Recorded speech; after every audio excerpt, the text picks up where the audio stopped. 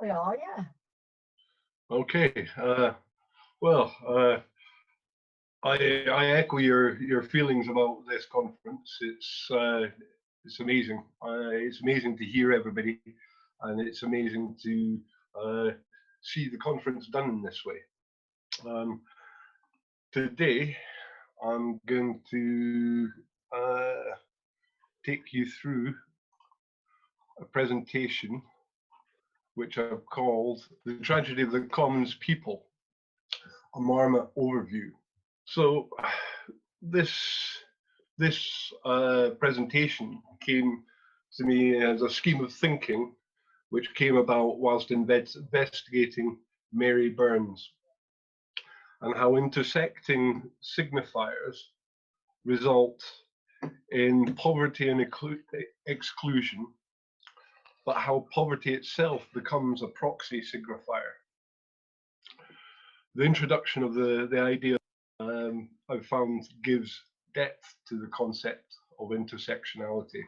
So the key premise is the tragedy of the commons is that the people are the commons and are exploited and dehumanized, shortening their lives and damaging their health. The people, for all their richness, are dominantly represented by silence in the accounts of history. So the story of Mary and Fred, silence in the story of history, illustrating the intersecting tragedy. So Mary Burns was the lifelong partner of Friedrich Engels. And Friedrich Engels is most commonly known for working on the Communist Manifesto with Karl Marx. These two guys are very known in history. But what I discovered was that there's no account of Mary Burns. Almost all of her correspondence, any trace of her is missing. It's been erased, and that got me interested. It's an absence, a conspicuous absence, and so I started to try and build in what questions of what can we know. So Mary Burns is known for introducing Engels to the ways that people were living who were working in the factories.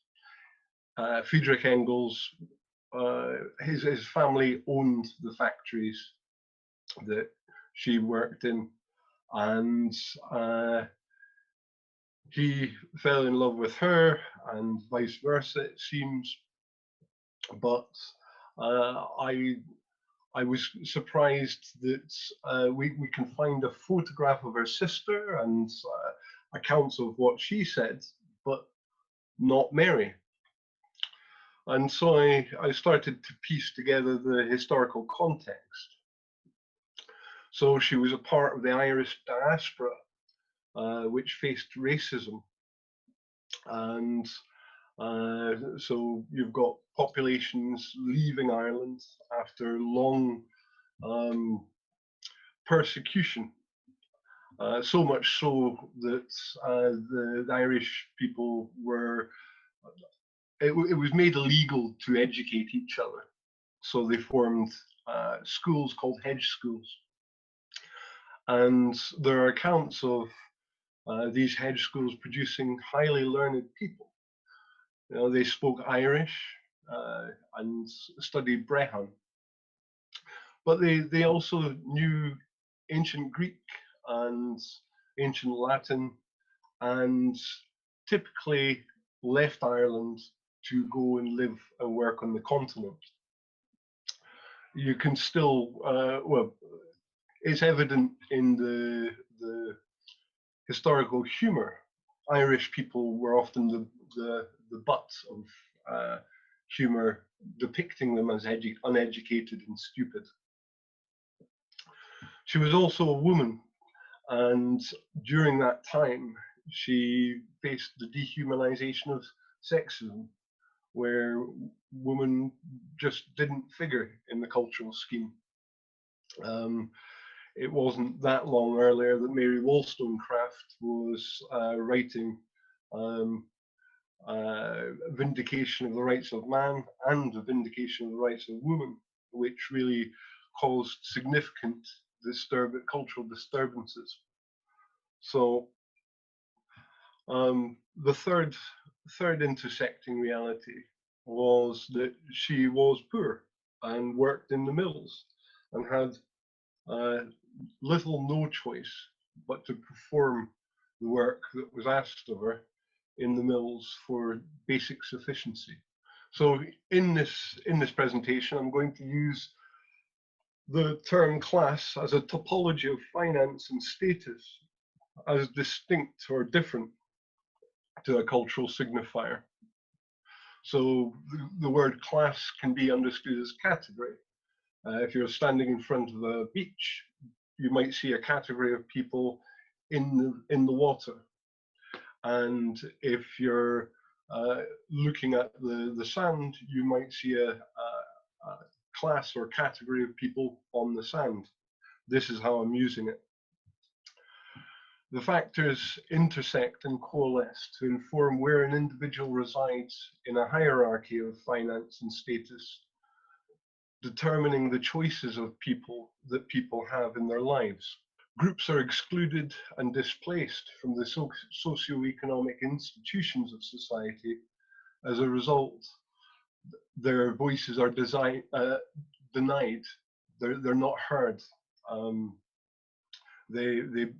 They become overshadowed by a silence.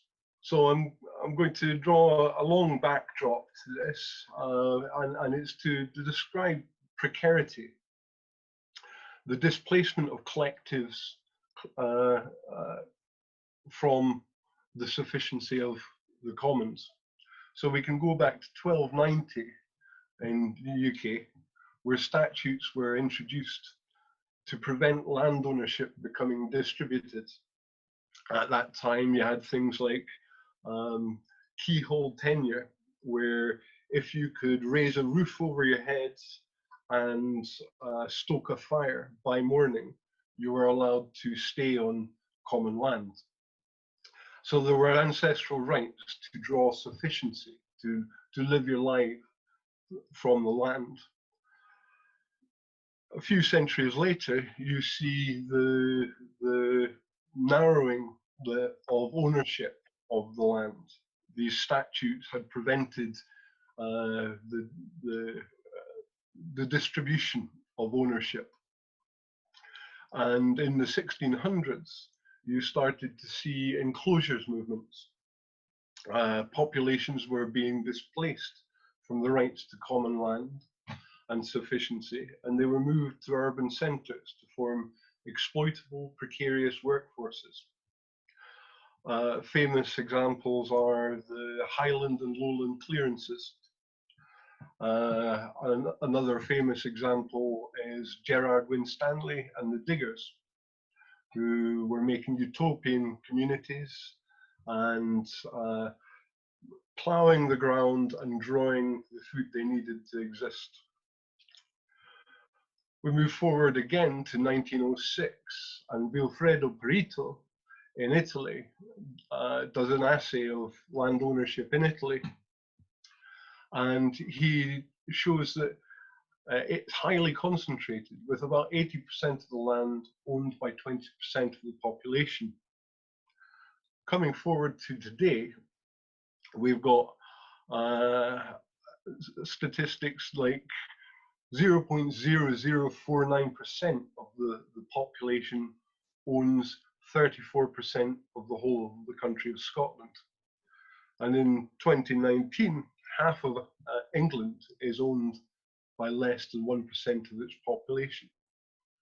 So that made me think about how the landscape's changed and people came to be living in these urban centres and could no longer grow food, so had to perform to get that food and self-sufficiency.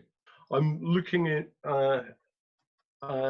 the different categories, the classes, in terms of permissions and allowances.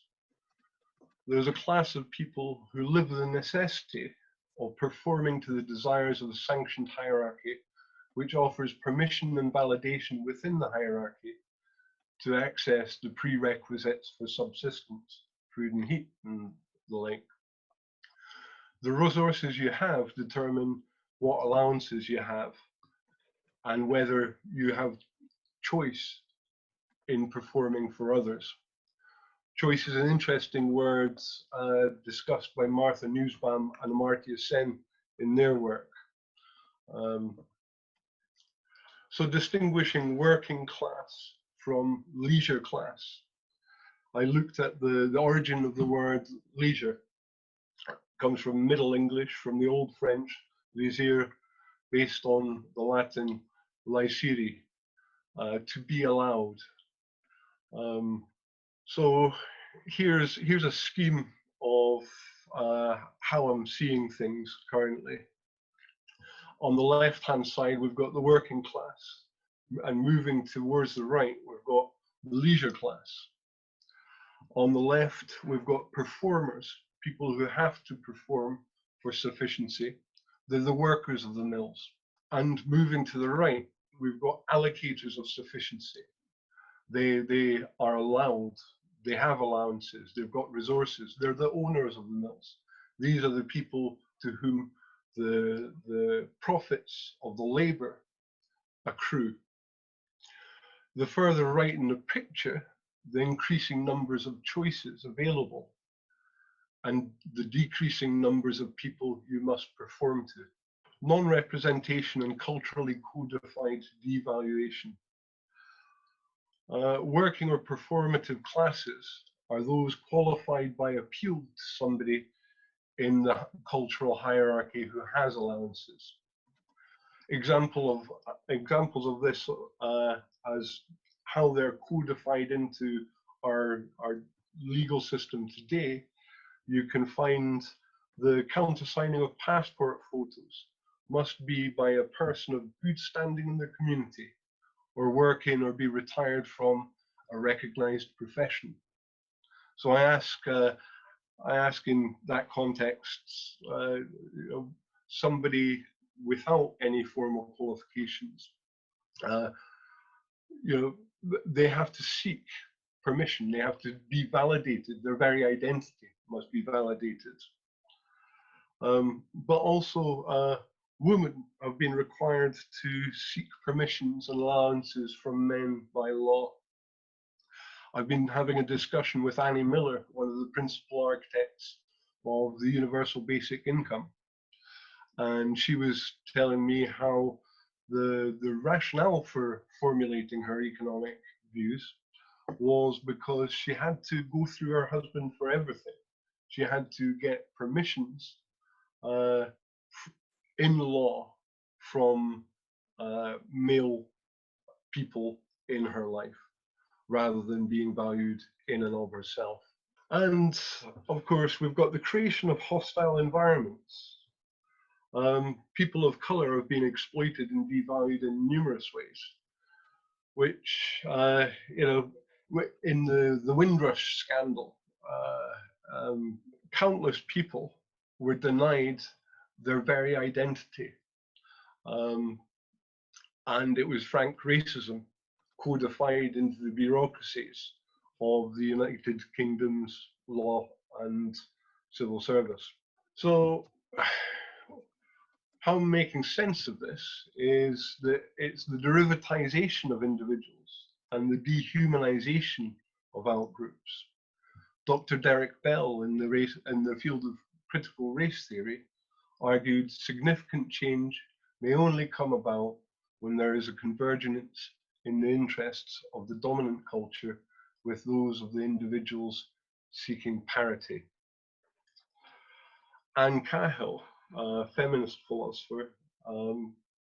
She identifies derivatization as a form of dehumanization, where an individual is treated as human only when they perform to the agenda and the desires of the enfranchised. The creation of performative underclasses to sanctioned hierarchies um, is a result of these structures, these hard-coded realities that people have to live under, up and through. The lower down in the socioeconomic status, the more people you have to perform to in order to achieve sufficiency.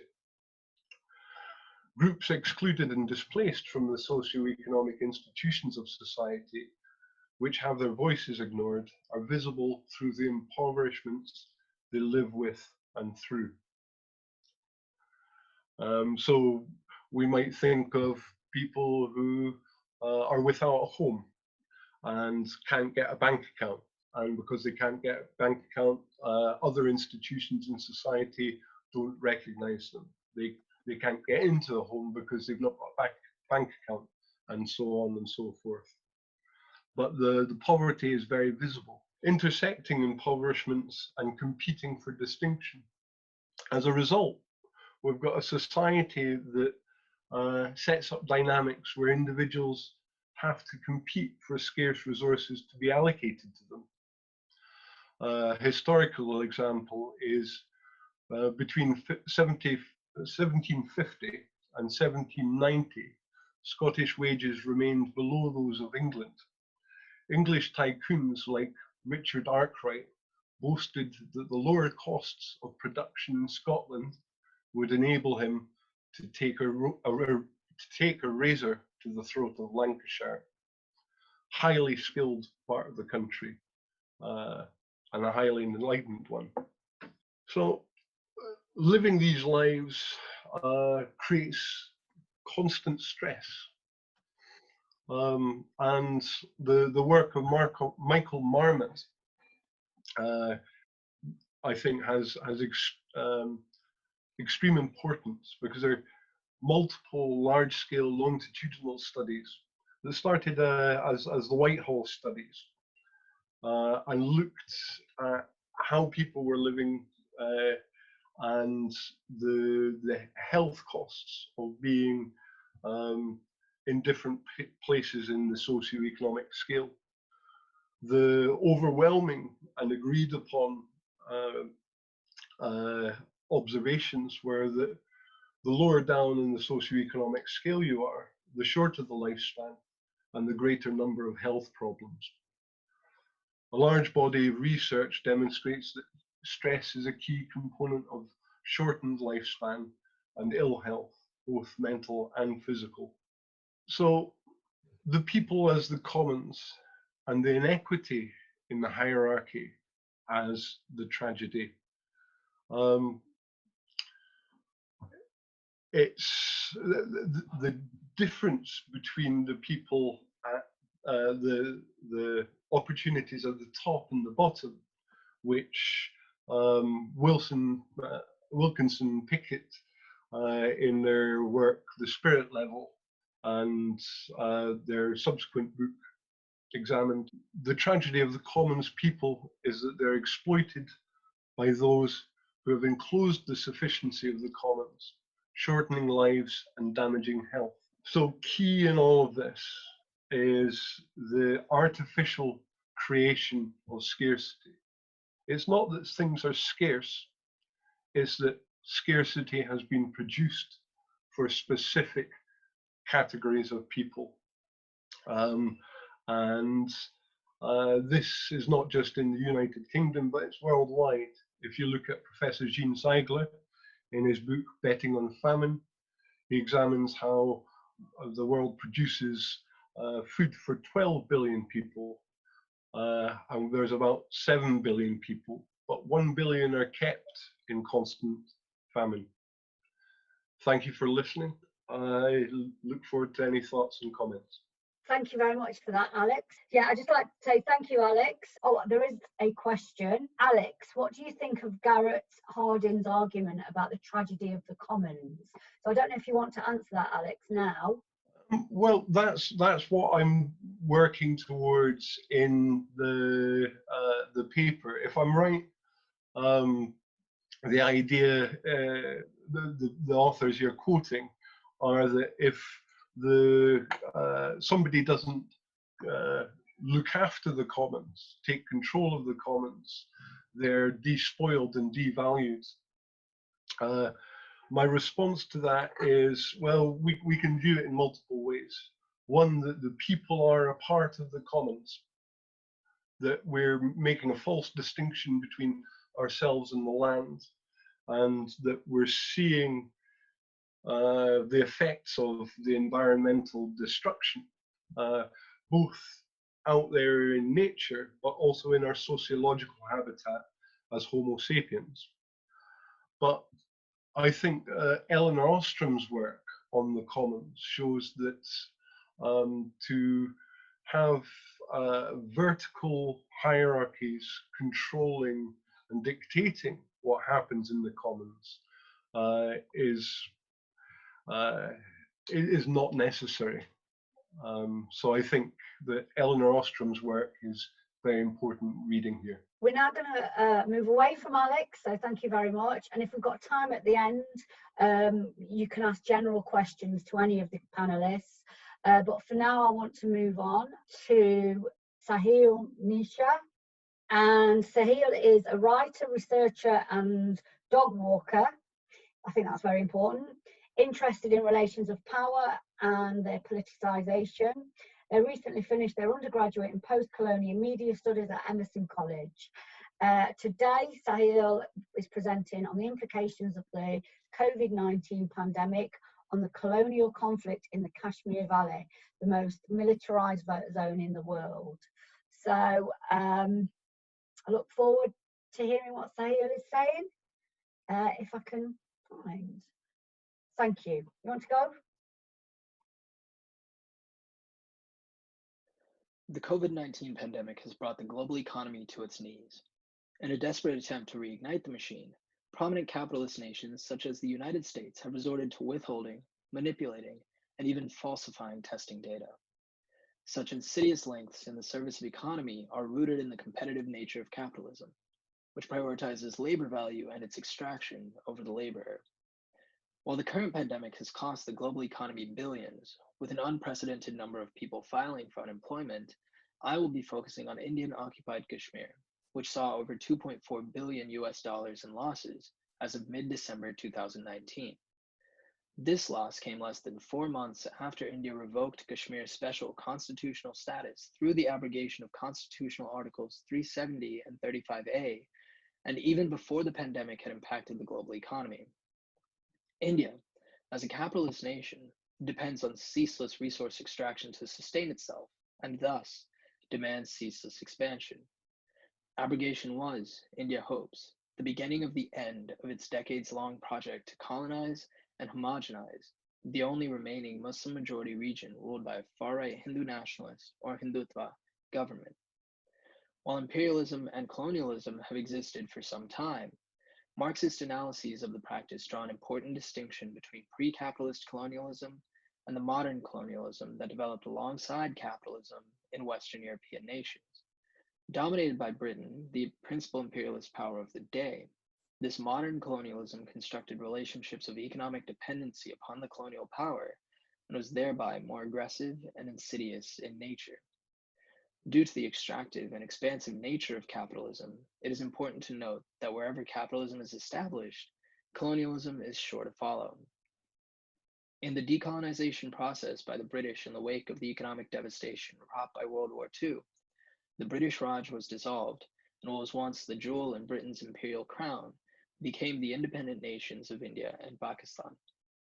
Partition cleaved two of British India's most powerful and populous states, Punjab and Bengal, in twain, and left upwards of 12 million people to suffer the material, economic, and cultural consequences of displacement. The princely states, including that of Kashmir, were free to accede to either India or Pakistan. Most princely states promptly acceded to either of the newly formed nations, with the exception of a few, including the Muslim-majority Kashmir, whose Hindu ruler, Maharaja Hari Singh, delayed his decision on 15 August 1947, the day of partition. The project of colonialism, as it was necessary for the growth of European capitalism and industry, was thus taken up in the Kashmir Valley by the newly independent Republic of India. It is not enough to consider this issue without placing the region in its historical context, as foolhardy an undertaking that might be. Within a few weeks of Maharaja Hari Singh's delay, in October of 1947, an anti-India insurgency was complicated by Pakistan sending armed tribesmen to the contested region. The resultant violence against locals led to the Maharaja signing the Instrument of Accession, on provision of an eventual plebiscite to ensure Kashmiri self-determination, in exchange for India's help in dispersing the revolt and invasion, in turn leading to the First Indo-Pakistani War. The war ended in January of 1949, with a ceasefire brokered by the United Nations along with a call for a plebiscite. Despite such calls, an impartial plebiscite was never held, and Kashmir's Muslim majority was no closer to self-determined rule. Instead, Pakistan controlled approximately 2/5 and India approximately 3/5 of Kashmir along the ceasefire line. Multiple wars over the contested region have been waged between the South Asian powers since the Indo-Pakistani War of 1947, including those of 1965, 1971, and 1999. The War of 1965 began with Pakistan crossing the ceasefire line and India retaliating across the international border at Lahore. The war ended with the signing of a 1966 peace agreement in which both nations agreed to return to the pre-August ceasefire line. While the War of 1971 was not expressly over Kashmir, the conflict exacerbated tensions and eventually led to the formation of Bangladesh from what was formerly East Pakistan. With regards to Kashmir, the governments of both India and Pakistan entered into the Simla Agreement, formally solidifying the UN's 1949 ceasefire line as the line of control dividing Kashmir between the conflicting nations. In the 1949 ceasefire agreement, India took control of the Kashmir Valley, the economic heartland of the region, and negotiated maintaining a military presence to ensure regard for law and order. India has since abused this military presence in the name of colonial and Hindu nationalist expansion. As recently as 2019, the nations once more risked war. A resident of Indian-occupied Kashmir executed an explosives attack on an Indian army convoy in February. The attack was promptly claimed by a Pakistan-based militant group. In response, the Indian Air Force was mobilized and sent across the Indo-Pakistani border. Pakistan's Air Force brought down an Indian plane and captured the pilot. Imran Khan, Prime Minister of Pakistan, explained that his country did not want to aggravate the conflict, and the pilot was promptly returned with no preconditions. Looking to secure another sweeping victory in the elections just 3 months off, Narendra Modi and his Hindu nationalist BJP leaned on the conflict's flare-up and stoked anti-Pakistan and anti-Muslim sentiment. Playing the Hindu nationalist card more openly in 2019 than in 2014, Modi won his second consecutive record-breaking majority. This victory once again secured Modi, along with his Hindu nationalist agenda, as Prime Minister of India. Decolonization is always a violent event. What is singularly important is that it starts from the very first day with the basic claims of the colonized. Despite calls for Kashmiri self-determination from the United Nations brokered ceasefire in the late 1940s and a contemporaneous demand for a plebiscite, India has long been accused of rigging elections that might otherwise affect the future of Kashmir. This includes banning the plebiscite front from participating in the state assembly election in 1972. A humorless irony coming from what is often celebrated as the world's largest democracy. The election of March 1987 saw rigging and strong-arm tactics all over the valley, massive booth capturing by gangs, entire ballot books pre-stamped for national conference, and even explicit refusal to let voters vote. The People's Conference and their leader, Abdul Ghani Lone, showed much electoral promise in preliminary surveys, as did the Muslim United Front. However, In the wake of the election results coming out in apparent favor of the JKNC, Lone said, "This simply deepens people's feelings against the government of India. If people are not allowed to cast their votes, where will their venom go except into expressions of anti-nationalist feelings?" Within 2 years, he was proven correct. A mostly nonviolent resistance movement had seen calls for the rhetorical violence of decolonizing the Kashmir Valley either ignored or rigged to fail in India's overbearing hands, and thus, in 1989, the movement evolved into a full-throated freedom struggle. Hundreds of thousands of people poured onto the streets only to be cut down in massacre after massacre.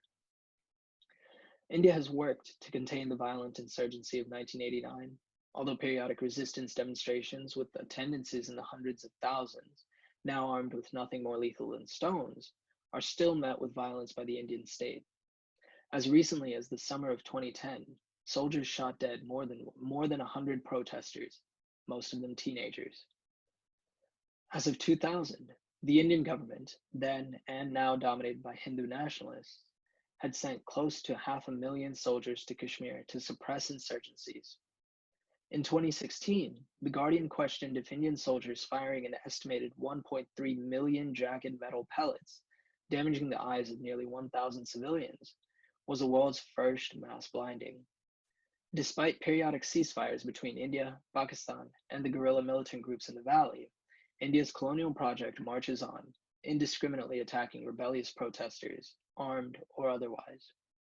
Frantz Fanon notes in The Wretched of the Earth that with a kind of perverted logic, colonialism turns its attention to the past of the colonized people and distorts it, disfigures it, and destroys it.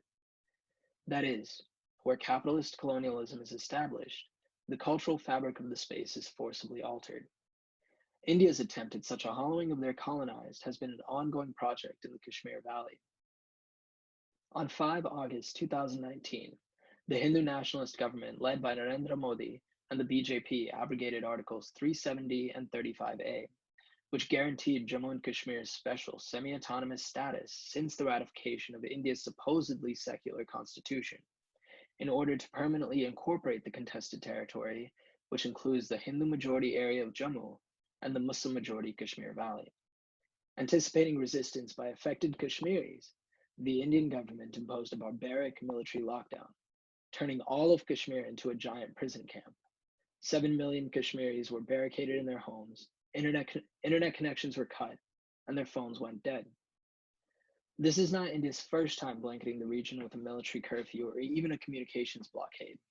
It is common for the capitalist superpower to periodically remind its restive subjects of the power imbalance in place and to keep the prying eyes of those concerned worldwide out of the region.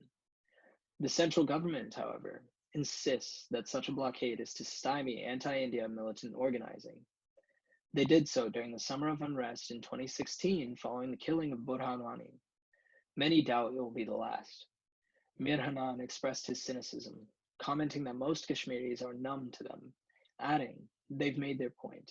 Even if they give us the internet back, they can take it away any time again, whenever they want, and as long as they want." Nearly 6 months after the blockade was imposed, in late January 2020, India restored 2G connectivity to institutions providing essential services in the region, marking the longest such blackout in a supposed democracy. While worth a brief sigh of relief, it is necessary to note the practical limitations of 2G connectivity in the age of digital information, especially as COVID-19 stirred, preparing to threaten the world's most vulnerable populations. An integral element of colonialism is to disrupt a colonized people's connection to their history, their legacy, and any footing to develop and maintain the same going forward. To this end, a Hindu nationalist central government has long held education hostage in the Kashmir Valley. The military lockdown led to the closure of nearly all private schools and most government schools. Even the schools that were open reported attendance at around 3% in late October. Without access to education, students are at risk of falling behind, dropping out, and losing sight of their dreams. Even when schools were open, prior to the global pandemic, parents refused to send their children out of fear. Fear of the Indian forces detaining their sons or raping their daughters. One mother explains, "So many new military bunkers have been built. There is an overwhelming presence of forces. We don't want to send our children to schools in this tense atmosphere. While disrupting education for the multi-generational residents of Kashmir, India is also bulldozing laws protecting the insulated and historically self-sufficient Kashmiri economy, laws that have been in place since the Instrument of Accession. The Ministry of Home Affairs used the J&K Civil Services Act to grant domicile and therefore employable and voting status to non-permanent residents who have lived in Jammu and Kashmir for 15 years or studied for 7 years and appeared for Class 10 or 12 examinations in the region. The freshly minted Jammu and Kashmir Reorganization Order also grants government officials and their children similar domicile status. Paving the path for residential occupation of the region is complemented by India's opening up of forest land for exploitation by corporate industrial interests, echoing moves by Bolsonaro's administration in Brazil over the Amazon rainforest. These offerings, 15,000 acres as of late 2019, to the Hindu nationalists and the corporate bodies of India in the form of land banks and domicile status, violently threatens not only the region's fragile ecology, but also its long subject population. The demographic flooding implied by the act will also allow non-Kashmiris to influence the outcomes of any potential referendum or plebiscite, long called for by the people of Kashmir and international bodies, even one organized by a supposedly objective third party. Such anxieties are not new for the people of the valley. In 2008, India transferred 100 acres of forest land to the Amarnath Shrine Board in order to establish shelters and facilities to accommodate Hindu pilgrims. What was once, pre-1989, a pilgrimage of approximately 20,000 grew into more than 500,000 within 20 years. Despite the land transfer's eventual revocation, the move was seen as the initiation of an elaborate plan to actively change the political and social demography of the region. The implications of the J&K Reorganization Order are best summarized by Nasir Ahmad, a Kashmiri columnist. Removal of Article 370 was theory. Here comes the practical part now. The objective always was to turn the Muslim majority in the region into minority, and India has set about accomplishing it, not even waiting for the coronavirus pandemic to pass. Mr. Ahmad hints at the additional pressure on the already vulnerable population of the Kashmiri Valley as precisely what Hindu nationalists look to capitalize on. India recorded its first case of COVID-19 on 30 January 2020, but didn't declare a lockdown until 24 March. It was, much like the decolonization of British India, haphazard and rushed. With less than 12 hours to prepare for a police-enforced lockdown, India's 1.38 billion people were running out of food, running out of money, and trapped away from families. In the capital city of New Delhi, state police used the lockdown and threat of the coronavirus to disperse the longest-running protest against the recent Citizenship Amendment Act, legislation that threatens the citizenship status of Muslims. Rather than heeding calls by the United Nations for a freeze on all global conflicts in order to focus efforts on containing and combating the pandemic, far-right governments, including Narendra Modi's Hindutva administration, are taking this as an opportunity to further marginalize already marginalized populations. For the people of the Kashmir Valley, the lockdown of 24 March was nothing new. Epitomizing the adage, out of the frying pan and into the fire, the COVID-19 lockdown saw the region returning to heightened scrutiny and state-sponsored repression. The task of establishing the World Health Organization's guidelines for the COVID-19 pandemic have been relegated to the occupying Indian forces. This force, historically acting in a settler colonial capacity, has defaulted to maintaining the lockdown the only way they know how: violence. Overlapping with a 7-month-long lockdown following abrogation, this places Kashmir under an ongoing military lockdown for what will be a year this August. Such a stranglehold on the region is an attempt by the world's largest democracy to normalize their approach of rule by force.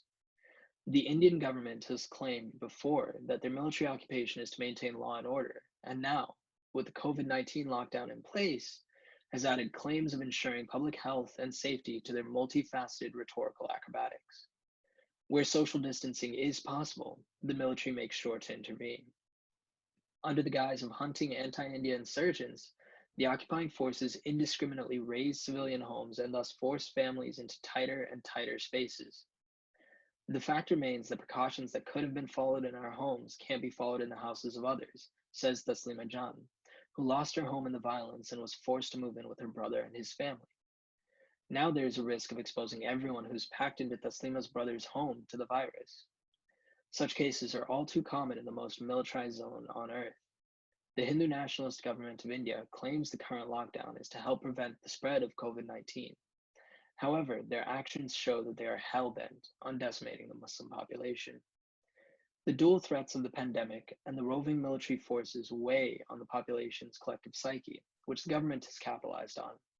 They have weaponized the risk of contracting the virus, ensured that the healthcare system, with a doctor-patient ratio of 1 to about 3,900 compared to the WHO's recommended 1 to 1,000, is ill-equipped to handle the potential scale of an outbreak, and are now leveraging this fear to have civilians report on their neighbors' travel history.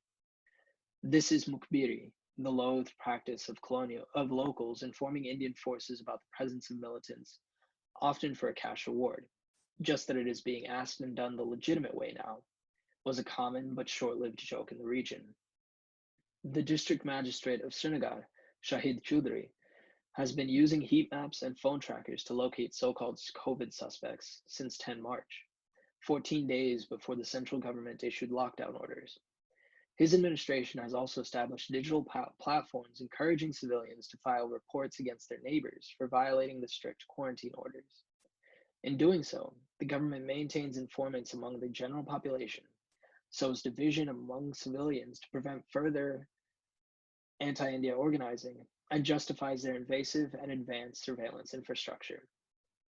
The continued throttling of internet speeds, even now, as the pandemic rages on, serves multiple functions in the Hindu nationalist project. As one doctor stated on condition of anonymity, every day there's something new about the virus that we must know in order to keep pace with our research, but we are not able to access it properly because of the 2G speeds. Preventing doctors from accessing integral and constantly updated research, one doctor reported it taking over an hour for a 24 megabyte download to fail, means they cannot provide appropriate care to COVID-19 patients, nor take the necessary precautions to prevent contracting the disease themselves. While doctors and the general population both understand the urgency of the pandemic, they have no way of fighting it if it takes a hold of the region. As one veteran doctor said, again, on condition of anonymity, if it happens here, we will be devastated. We will die like cattle. The limited connectivity in the region is not the only way the state is undermining doctors. They're also threatening those who speak out about the mishandling of the pandemic. On 1 April, the same day as the Ministry of Home Affairs issuance of the Jammu and Kashmir reorganization order, the Directorate of Health Services in Kashmir announced that henceforth strict action will be initiated against such elements who resort to such uncalled for reporting to media. Any person disobeying any regulation or order made under the Epidemics Diseases Act 1897 shall be deemed to have committed an offense punishable under Section 188 of the Indian Penal Code. Under this order, doctors, key figures in controlling the virus the world over, are barred from speaking with journalists, lest they suffer jail time. Gauhar Gilani cites one example of a doctor who was very vocal in his demands for PPE and ventilators and was very promptly silenced. We are at the forefront of this battle against coronavirus. If you tie our hands and tongues, the ship is bound to sink, said a doctor in Srinagar, on condition, of course, of anonymity. Doctors are not allowed to speak out and are not allowed to access life-saving information. The only informed party in Kashmir is therefore the government and its agents. Using this monopoly on information, the administration has made itself hyper-visible, attracting praise by offering any information, including a once-a-day one-way communique that gives all the statistical data. The Hindutva government has, through strict and unjust lockdown measures, secured itself as the only trustworthy source of information on the pandemic, and they are consciously withholding what doesn't serve their violent ends. Doctors are not the only people under threat of detention for speaking out against the government as the pandemic roils on. In mid-April, the state charged Mazrat Zahra, a Srinagar-based photojournalist, for uploading anti-national posts with criminal intention, and uploading photographs which can provoke the public to disturb the law and order, Ms. Zahra said that the arrest was a stern message to the whole journalist fraternity in Kashmir. If they could book a female journalist, imagine what they could do to male journalists, she said. This results in even less people, whether doctors or civilians, willing to speak to the press. Such swift actions against doctors and journalists alike are part and parcel of a colonizing government's work to quash the logic of dissent, all while hiding behind the excuse of stifling terrorism. The power the government exercises over journalists extends to newspaper editors as well. Journalists who submit to the government's wishes and pen pro-India articles aren't necessarily to blame. Pankaj Mishra explained, all of them know from experience what their bosses in Delhi will or will not publish. And so, while the lockdown threatened over 500 million unhomed, misplaced, and neglected people, the pro-India, anti-Muslim media rallied against an Islamic missionary organization for holding a meeting in early March, prior to Modi's 19 March call for social distancing and unknowingly becoming India's first super spreader of the virus. The media applied a Hindu nationalist spin and accused Muslims of inventing the virus and deliberately unleashing it as a form of jihad. The various threads of colonial disruption and displacement have been at work in Indian-occupied Kashmir for over 3/4 of a century. The Hindu nationalist central government continues to use their various channels of influence to commit rhetorical and bodily violence upon the Muslim-majority population of the Kashmir Valley and, in turn, hopes to convert the majority to minority and confirm complete cultural and ideological control over the region. Internally and externally, India's Hindu nationalist government and its state agents are stoking anti-Muslim flames, smoldering in the historical conflict between the two religions. This is not the only place such atrocities are going on. The world over, far-right nationalist governments are using the current pandemic to expedite their various projects of colonial occupation and hegemonic rule. Arundhati Roy offers that this pandemic is a portal to the next world. She invites us to leave our baggage in this one and come together to imagine this other world. To do so, we must expose, acknowledge, and condemn the machinations of capitalism that have brought us here, including Hindu nationalism's ongoing efforts to cleanse the Kashmir Valley of its Muslim-majority population. We must be ready to fight for a better world, and in doing so, we must condemn India's attempts to secure the jewel in their own imperial crown. Thank you. So thank you so much for that. What we can do is come back at the end with any more questions for Sahil. The next speaker is Stephanie Alexander. She's a first generation working class academic. Stephanie lives in southeastern Ohio and now works as the Director of Academic Support Services at a small college that primarily serves working class students. Today, she's sharing the studies she undertook as a PhD student, in which she explored whether or not students must give up their working class roots in order to be academically successful in higher education. And I know that this is something that a lot of us are asking the same question. So, Stephanie, are you on? Yes, I think I am. Can everyone hear me okay? Yeah. Okay, I'm going to attempt to share my screen. All right, well, hello everyone. I'm Stephanie. Thank you, Lisa, for that wonderful introduction. It's great to be presenting for the Working Class Academics Conference today. And as Lisa said, I'm going to share with you some of my research. This bit in particular deals with the perceptions of white working class males who live in the Appalachian region of the United States. It was in my dissertation study, and I did complete it as part of my requirements for my PhD. So to begin, I want to familiarize you with the Appalachian region itself so you have an idea where it's at.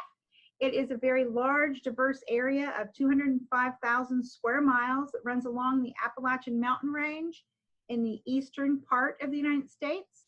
It touches along 13 of our 50 states.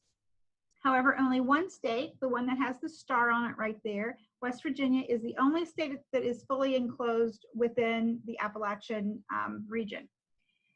It is a state that is very well known for its natural beauty. However, it is also known for having a very large concentration of white poverty. with 94.6% of its population being white. They have about a 19-20% poverty rate. But as far as academic attainment goes, only about 33% obtain an associate degree or higher. And here is our hillbilly. Everyone wanted to see the hillbilly. Okay, so it's a state that's often associated with a very negative stereotype. The uneducated hillbilly who's gun-toting and barefoot, and he's grizzled looking, and he hunts and he moonshines, and he has a he hunts raccoons, and he has a pet possum. You know, very negative type stereotypes. I'm not saying this isn't true. Sometimes you might find someone like this, you know, but for the most part, in reality, West Virginia is actually more accurately coal country. It has a very long historical past as one of the major coal producing regions in the United States. My ancestry came out of the coal fields of West Virginia. Simply put, West Virginia's industry and economic base during the entire 20th century has relied on the production of coal. Now, here's the thing about West Virginia industry. As clean technology has come to the forefront, you can see that there has been less of a demand. And from about the mid-century, you can see the number of coal miners and the coal mining industry itself has been very very much so reduced. So from the 1980s forward, and especially with the 1990s Clean Air Act, there has been a dramatic shift for coal mining and for employment in the area from industry to what we call more service sector type employment and jobs. And what this has meant for people who traditionally grew up, became coal miners, had children who grew up, became coal miners, there has been a shift. And what that has meant is a return to school and formal education. So for the older ones who may have to recareer themselves because there have been mine closures or just because of the dwindling opportunities in the coal industry, and for the younger generations, it has meant heading off to college. However, although many do head off to college, very few of these men seem to be finishing. And at the time of my study, the graduation rate at career and technical colleges in the state of West Virginia was between 7.27% for the white Appalachian male. So it was, we weren't seeing a lot of folks finishing up. Now, the issue has not went unnoticed. And in fact, there have been lots of studies to try to understand and see why people aren't being able to finish. And in fact, to help those who are first generation working class students, many of these studies have been undertaken over the years. They try to discover that silver bullet that would fix the problem and lead to success for these folks. However, many of the students that they studied were the ones that did not complete their program. So these studies focused on failure.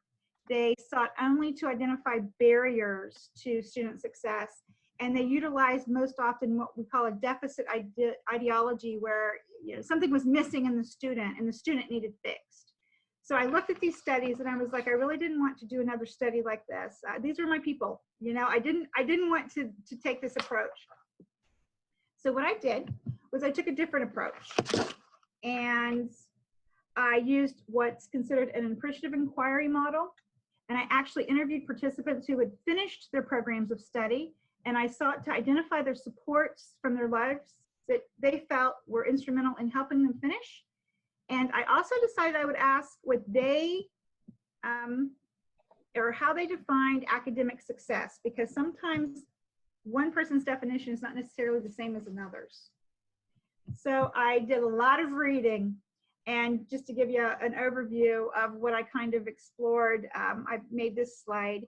So I framed my study using Bourdieu's ideas around cultural capital and social reproduction, and Bernstein's ideas about linguistic codes. I also tossed in a little Gramsci's thoughts about hegemony and Freire's class consciousness, as well as included multiple other relevant areas that I felt pertained to the demographic I had chosen to study. And I have those all listed there. Social class in the US, social mobility, class consciousness, social stratification in US education system. Unless you're living here in the United States, you might not realize that we actually do have a very socially stratified education system here. that's not real apparent on the surface, but it underlies with a lot of stratification. Psychological capital and self-efficacy, working class identity formation, the working class in education in the US, whiteness with boundary theory and otherness, Appalachian cultural traits. I am of that culture. There are certain traits that have been attached to us, some which are true, some which aren't so true. And West Virginia as a whole, I looked at, but primarily their industry and their economic sectors. So what I was primarily looking for in my study was how education functions to serve as a mechanism for social reproduction in the United States.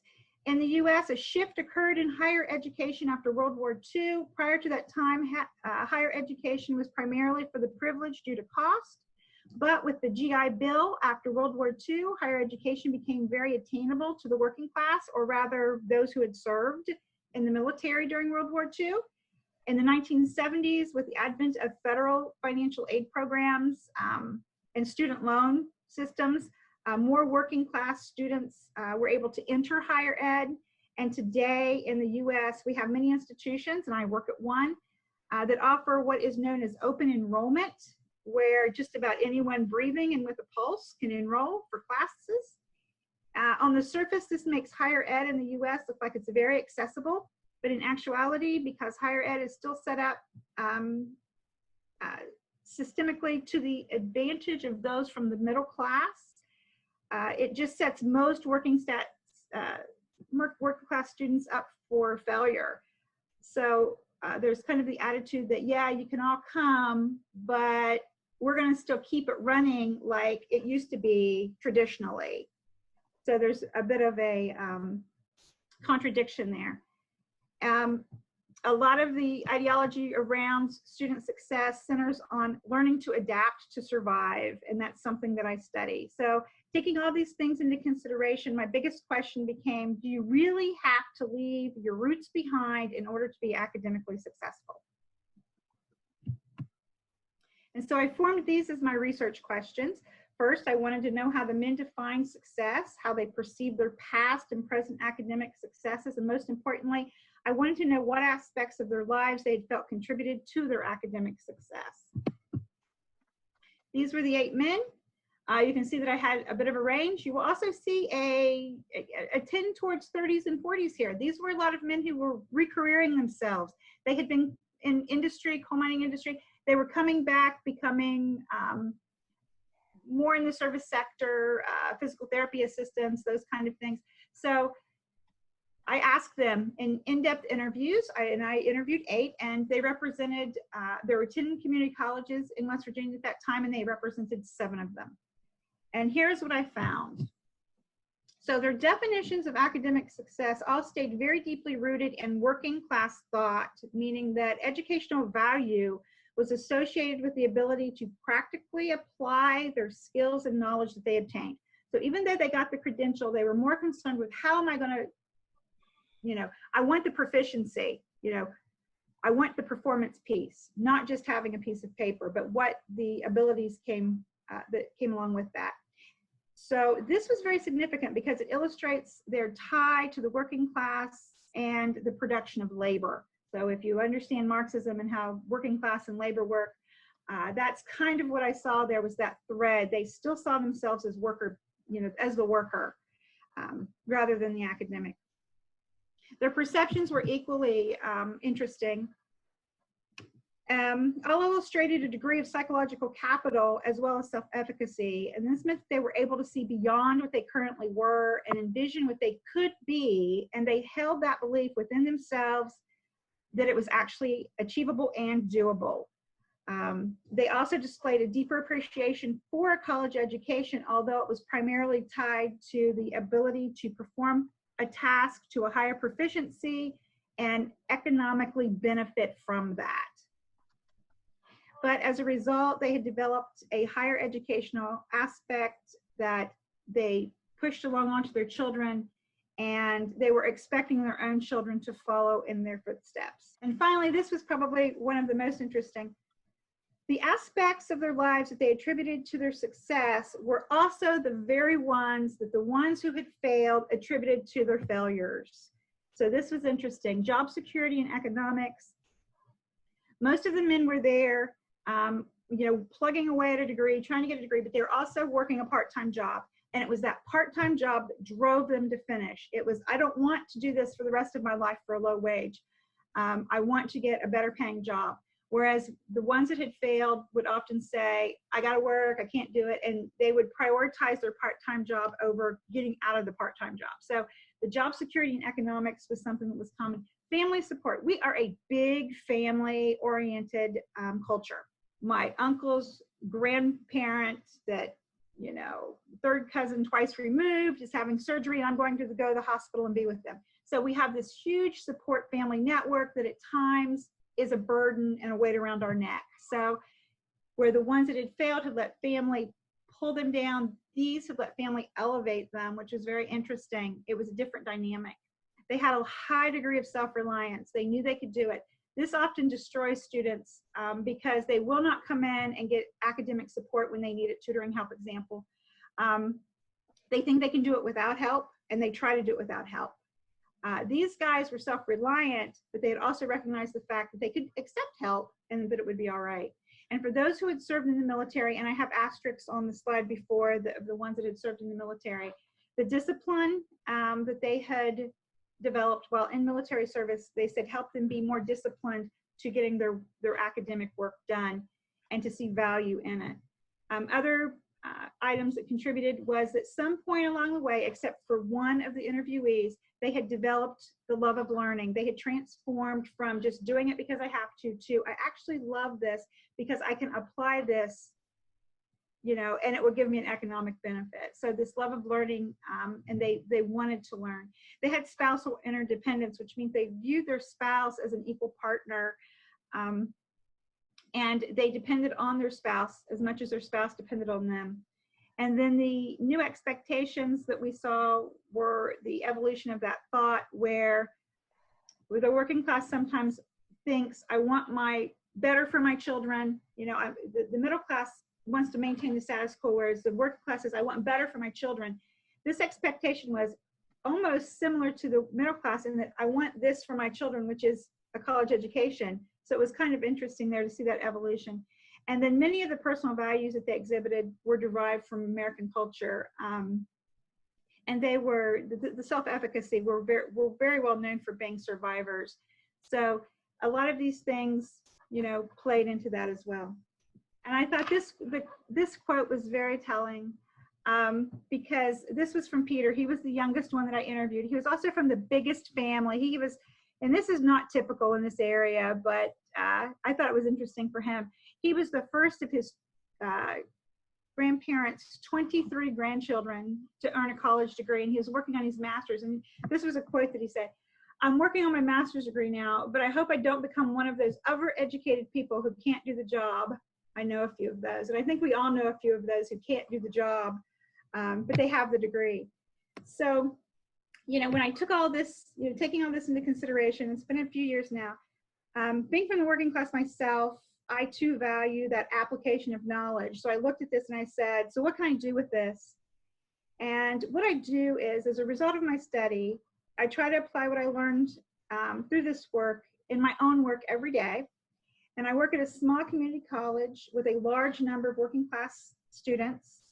And we are now working to redesign the way that our college provides support to students in order to break down those systemic barriers that are sometimes not real clear.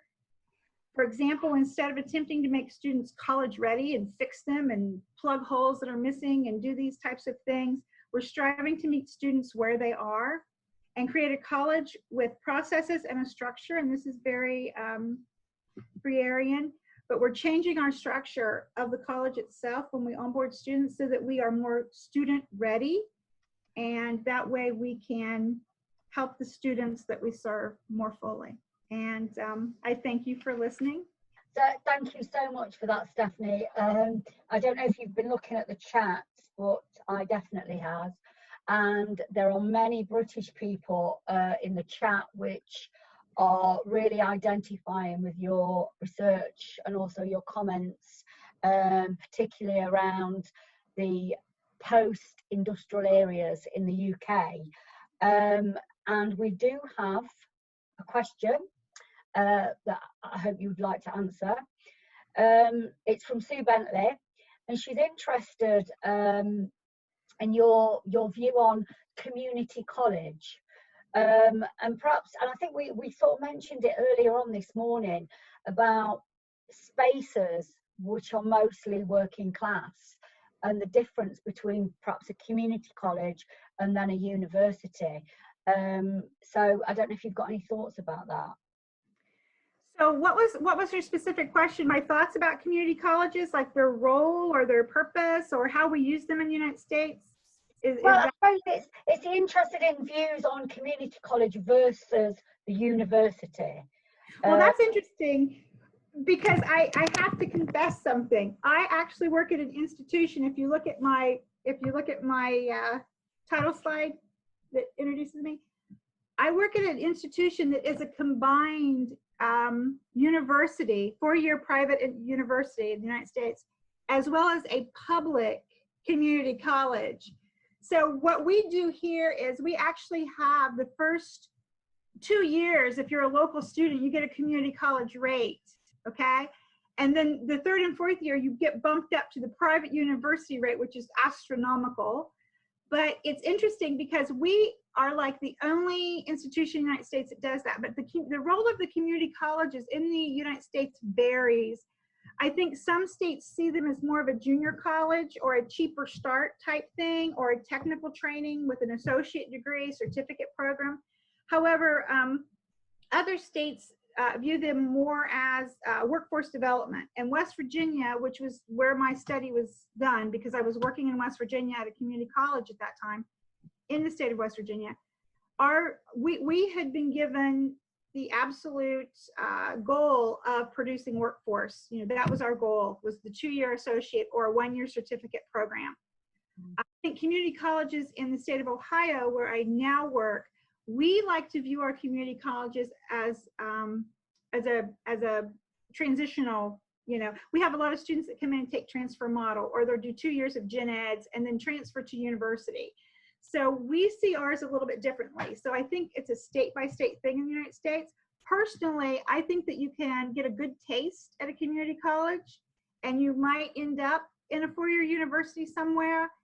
All of the men that I interviewed in my study had started off at a community college. They had gotten a degree or a certificate first before they went on through to higher ed. Personally, I went to a public university first. So I didn't have the community college experience, but a lot of people do. 3 of my 4 children actually have had a community college experience. I have had, and one of my 4 children has, well, 2 of them actually, she went on, but they both got degrees from. So to us, a community college is something that is local, that is a little bit less, and it does offer those open enrollment situations. But we're all very competitive with one another. Some of the universities offer that too, so. Yeah. Okay, well, thank you, Stephanie. I'm going to go on now to Elaine. But again, I think we're going to have some time at the end for more general debate, but also Sahil is back with us now, so I think he might want to have a few minutes after Elaine as well. So can I just introduce Elaine to you all? Elaine J Laberge is a doctoral student at the University of Victoria, British Columbia in Canada, who is exploring what poverty class students, collective knowledge and radical imagination can teach Canadian university leaders about the why and the how to widen access and participation for those with the lived experiences of persistent poverty. Elaine will be sharing her poem, No Landscape for a Good Underclass Woman, which is about her experiences of marginalisation, exclusion and violence in Canadian universities as a woman from intergenerational poverty who sought higher education as a way to escape poverty. Elaine has asked us immediately after the poem to not sort of ask questions, but I think that's going to suit us anyway, because I think Sahil will want to talk. but that doesn't mean that we won't have time for questions at the end anyway. So Elaine, thank you for arriving. And can I just say before Elaine starts that our panelists that are from the other side of the Atlantic have got up at 1 a.m. to do this. It's very, very early in the morning for them. So I'd just like for us all to appreciate that. So Elaine? Sorry, it's been a technology challenge this morning. So I think I've cried all the tears I have. I want to start by acknowledging that I am a generational settler in Canada, which means my ancestors came to Canada, well, which wasn't Canada. And so I currently am an uninvited guest on the Wasatch, Esquimalt, and Songhees Nation, and it's unceded territory, which means there's no treaties. It's just land that was stolen. And more than the territorial acknowledgement, what most matters is thinking about how not only I walk on this land and in my relationships, but also how I do my research.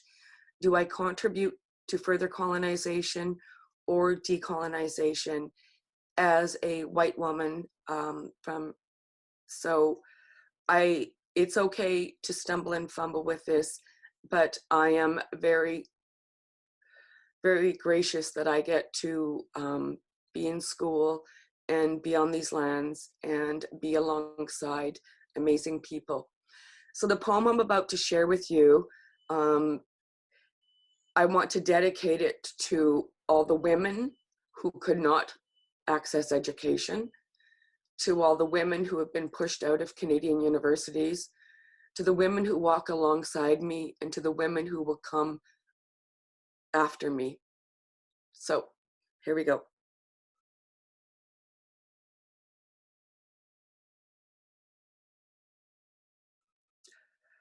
I scrub, my skin raw, but I can't wash away the stain of poverty. Yet, I scrub my skin with my red-worn hands, ruthlessly, with hardcover, softcover, electronic textbooks, academic journals. I scrub my skin with theorists, sociological, colonial, patriarchal. Theories tangle into a mishmash of barbed wire. My confidence, my creativity is destroyed like metal scratching pads on slick, shiny Teflon. Looks like Teflon frying pans, rejected, scrapped, dumped off, discarded at the corporate faux value village. Foucault, Bourdieu, Marx, Weber. Don't pay my tuition, my rent. Don't contribute to my retirement. Don't give me hope, even for a break. I scald my soul with the analytical, the theoretical, the generalizable, the unchangeable, but I can't wash away the stain of poverty. I came out of the social underclass closet on the Canadian higher education landscape. My skin, my body, my entire being is embodied, imbued, embedded as a one-dimensional woman. Stigma, stigmatized, othered, othering. Cast in a box, outsider within, outsider without. We're the wretched of the earth. We're many subjects, revolting, disgusting, illegitimate, wasteful, useless, pointless. A disposable population, moral outcasts, the underclass, Marx's hated lumpen proletariat. The unwashed, the lower classes that smell, the hated, despised, ridiculed, white trash. The deserving, undeserving, poor, battled out in the center, while we live in the shadows and margins. You degrade me. You call me, in my ancestors, white trash. Then you all hold white trash themed parties. Welfare queens. We're the welfare kings. We're stigma machines, branded with infamy. Leaves me with bruises, a bloody mess of bruise-stained hurts. My knees are shot to shit from trying to cross the wrong side of the social class tracks. Stay in your lane, you say. Slivers that crowbars can't dislodge from trying to climb the broken class ladder, back down to the bottom rung from whence you came, you say. You offer up your stick and barbed wire encrusted carrot, burn me alive and dead with suffocating student loans, generously topped with your interest, compounded daily.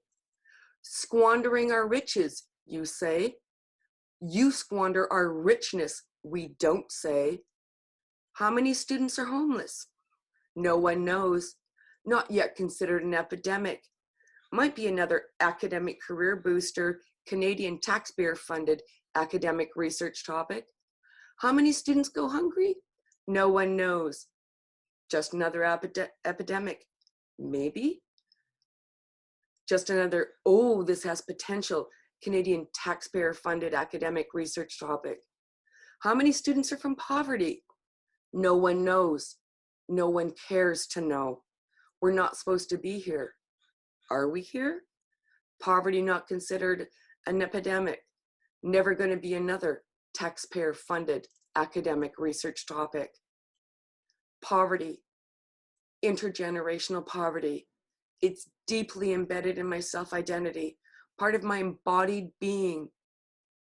The shame was bearable until university, a place I believed was never, ever meant for people like me. I lived in fear of being, on being outed and ousted.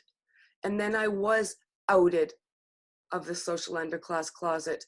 And then I was ousted, pushed out as a doctoral student, a Vanier scholar, from my beloved discipline, sociology, from my belief in otherwise, from within, of imagining otherwise, because I imagined otherwise, because I dared to critique power, the abusers, the users, the faux teachers, the faux social justice advocates, the faux equity, diversity, inclusion leaders, the ignorers, deniers of social class, inequality, inequity, marginalization, exclusion, violence.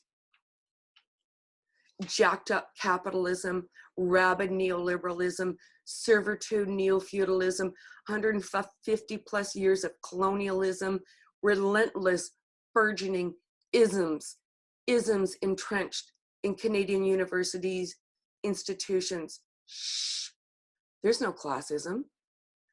Angela Mayu, yes, I still rise, but I will move along.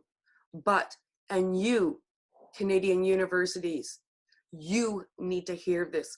I'm no Lurden Lemming. I've always been a moth to an injustice flame. I've never walked quietly. I'll make a fuss, but I won't go over the cliff without making a ruckus. But I'm leaving because Canadian universities, your education promised a way out of poverty, your venerated piece of paper, lauded as the great equalizer. No, you broke your promise. You continue to break your promise. Your taxpayer-funded Canadian university, it's no landscape for a good underclass woman. Thank you. Thank you for that, Elaine. That was fantastic. And from the comments at the side in the chat, I can see that not only were people connected to that on a deeper level, but they thought that it was a fantastic delivery as well. And I know you don't want to answer questions about that, but I would just like to read a few comments out. Amazing, Elaine. Powerful, eloquent stuff, Elaine. Remember, Charles Murray described himself as a visitor from a plague area. Thank you for your words, really powerful. And I'd just like to thank you as well, because, you know, we're both from different parts of the world, but somehow we've got the same class experience, which I think speaks very loudly, actually, to class prejudice and class inequality throughout the world. So thank you. We've got a few minutes left.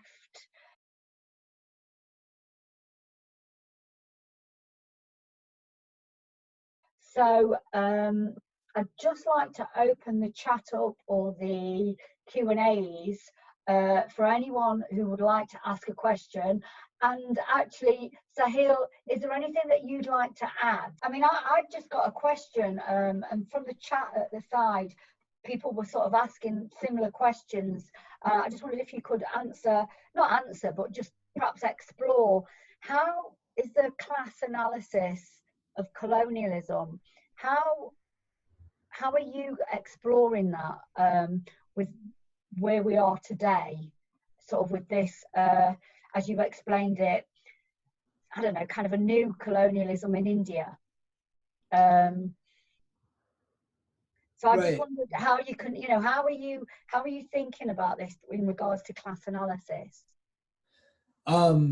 Yeah, I'm considering it in the sense of the colonialism that developed, or at least, that developed alongside capitalism, is unique compared to prior pre-capitalist colonies, colonization, and imperialism.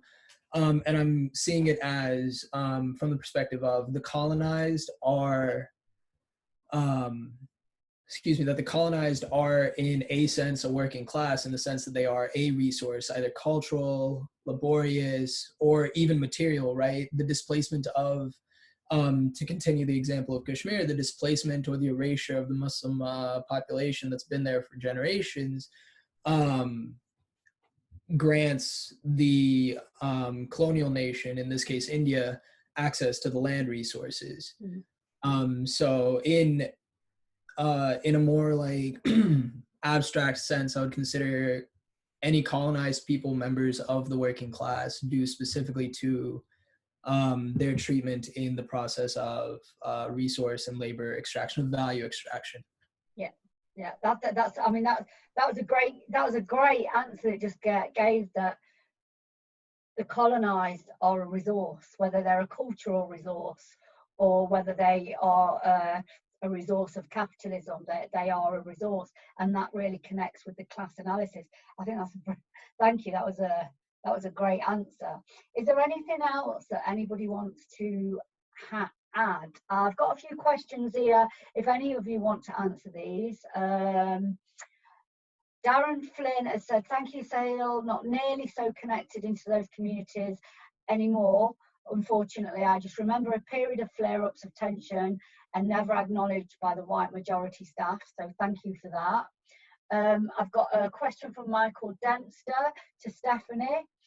Most of the presentations at the conference have touched on issues arising from people speaking non-standard English dialects.